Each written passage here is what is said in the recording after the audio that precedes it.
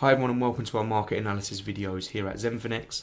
My name is Connor Woods and I am the Senior Market Analyst at the company, providing to you these daily videos on market commentary and also educational content. Now for today's video I'm going to be analysing a gold market which has struggled throughout September. So I'm going to be giving you a fresh forecast for October, and to do this I'm going to run through the themes coming up in the next couple of weeks, and then I'm going to move on to the chart to mark the levels to aim for during October. Okay, so first of all, let's talk about the Evergrande crisis and what it is all about and why you should really care about it. So, if you did not know, this has really been dominating the news at the moment. The Evergrande Group is at risk of collapse, essentially. They are the second largest property developer in China, with a debt in excess of $300 billion. Now, this share price for this company has tumbled by 80%, no surprise, in 2021, and their collapse could have a huge impact on the global economy. Now, it's been reported that the company owes money to more than 170 banks and a further 121 financial companies. Therefore, if they cannot pay their debts off, it would negatively affect the global economy, essentially. On top of this, they own the largest football club in China. They own the Evergrande Football School, which is the biggest football school in the world, and they own many resorts in the country as well. Now, if they cannot pay these debts off, obviously it's going to have a big knock-on effect on the Chinese economy, but the focus now really is on whether they can settle these payments or the majority of the payments. If this situation worsens, traders may see another leg lower in the markets, but if the Evergrande and China nerves continue easing like they have been, it's likely that gold will start to once again find some headwinds as well. Now let's talk about the US dollar, as this is one of the main reasons gold has really been falling recently. It's really down to the early tapering that Jerome Powell announced last week as well, and as we know, gold moves inversely to the dollar, and it's thought we may see some more dollar strength throughout October, which is likely to keep putting pressure on gold. There's a lot of factors that are putting pressure on gold at the moment. It's going to massively depend on the Federal Reserve's reaction to the data that's due out. We know that the latest meeting was hawkish, but there will be other meetings throughout October. Could they bring a more dovish response? We'll have to wait and see. As always, I'll provide an update on those as they happen. The next speech that's out is actually today. You probably would have heard it already. It's at 3 p.m. where the Federal Reserve Chairman Jerome Powell is set to testify. Finally, let's take a look at US Treasury yields in the last 3 weeks. US Treasury yields have been on the up. They actually topped 1.5% yesterday, its highest level since June. This is again due to the most recent hawkish message from the Federal Reserve. And this is something that's been adopted really by central banks across the world. Now, a spike in US Treasury yields this month is likely to keep gold lower on the month, to be honest. And on the chart, the US yields look like they have formed their base and are ready for another leg higher. But I think on the whole, we're going to find out really if gold can be that inflation hedge. We know it can be. If it can, then we're likely to see the gold market recover in October. Let's take a look at the chart. Okay, let's have a look at some key levels on the chart now, and I've kept my drawings on from my previous gold videos because we may get to see a situation where we come back and we start to actually feel this inefficiency we have here.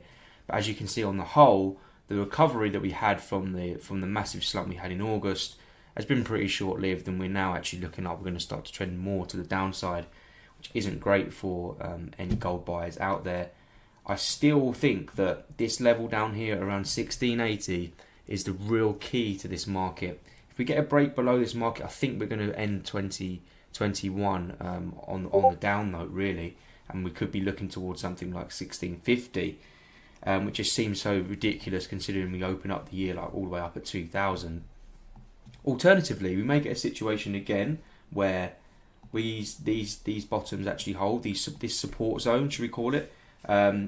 We had this double bottom here, and we can see the wick down. It's almost picture perfect. Are we going to get a situation where the market runs down but actually grabs liquidity? Because if you think about all the people who are buying gold right now, where would your stop loss be as a retail trader if you think about where? Hi guys, thank you for listening to this video. Just really quickly wanted to touch on a really exciting offer we have on the website. It's a limited time offer, and if you head over to zenfinex.co.uk, you will see the offer in front of you straight away, and this is that you can trade Forex on a standard account with raw spread plus zero commission. And now Zenfinex is also an FCA and no dealing desk execution broker. If you are interested in this offer, you can get in touch with the team by clicking learn more or you can simply go to open an account where you can start the application process. Stop loss would be, well, you'd put it just below this low, wouldn't you? What you'd see that there's great support here, but what we might get a situation, as I said, is the market runs down and threatens to break below, but actually it's a fake out and the market actually wicks back inside. Then we can look to buy the market. That's a sign for me that the market wants to go higher because we've grabbed liquidity from the sell side. So for me, that's what I want to see. I want to see liquidity taken on these lows before I can look to buy, and then I'll take profit level would be up at around 1840, where you can see my previous marking was, which would mean a filling of this inefficiency gap, and again probably liquidity sitting above these highs here. If I zoom in, you can see these points of resistance that we have here, and you can see I've marked the line on all three of the highs. Above here we have liquidity and a fair value gap, so this would be the take profit level around 1840 for any buying opportunities as well. Looking at the moving averages play, you can see that we're chopping and changing at the moment. As a whole, we haven't moved too much. There's been a bit of volatility, but as you can see, the market's just being squeezed back to the downside now.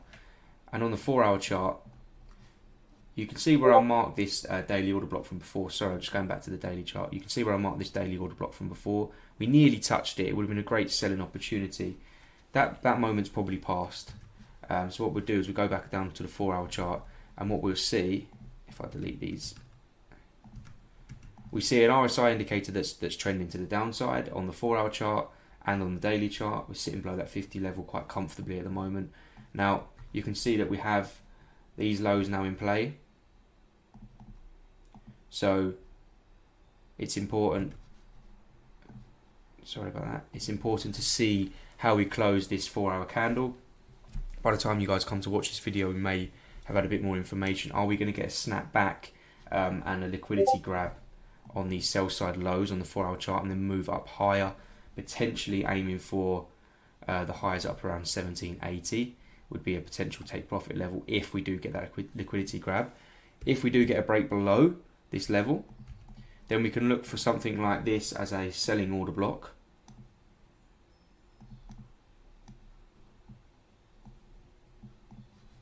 And I'll just mark that as a potential order block entry.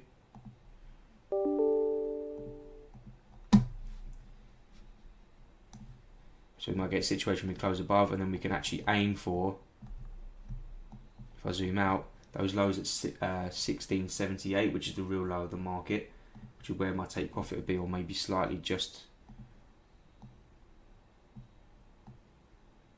above it, say around a 7-hour trade to be safe.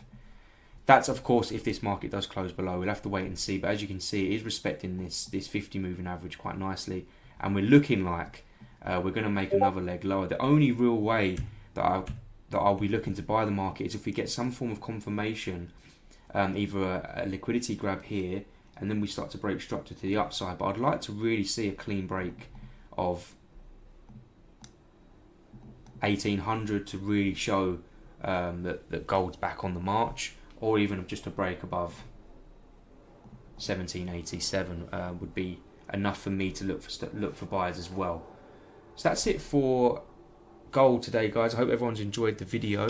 Make sure you've got your notifications turned on so you'll never miss out on these videos. We're sending 4 of these out every week now. And also make sure you're liking and subscribing to the channel, and dropping any comments in on the comment section. Where do you think gold's going for October? I'm going to provide an update to this forecast.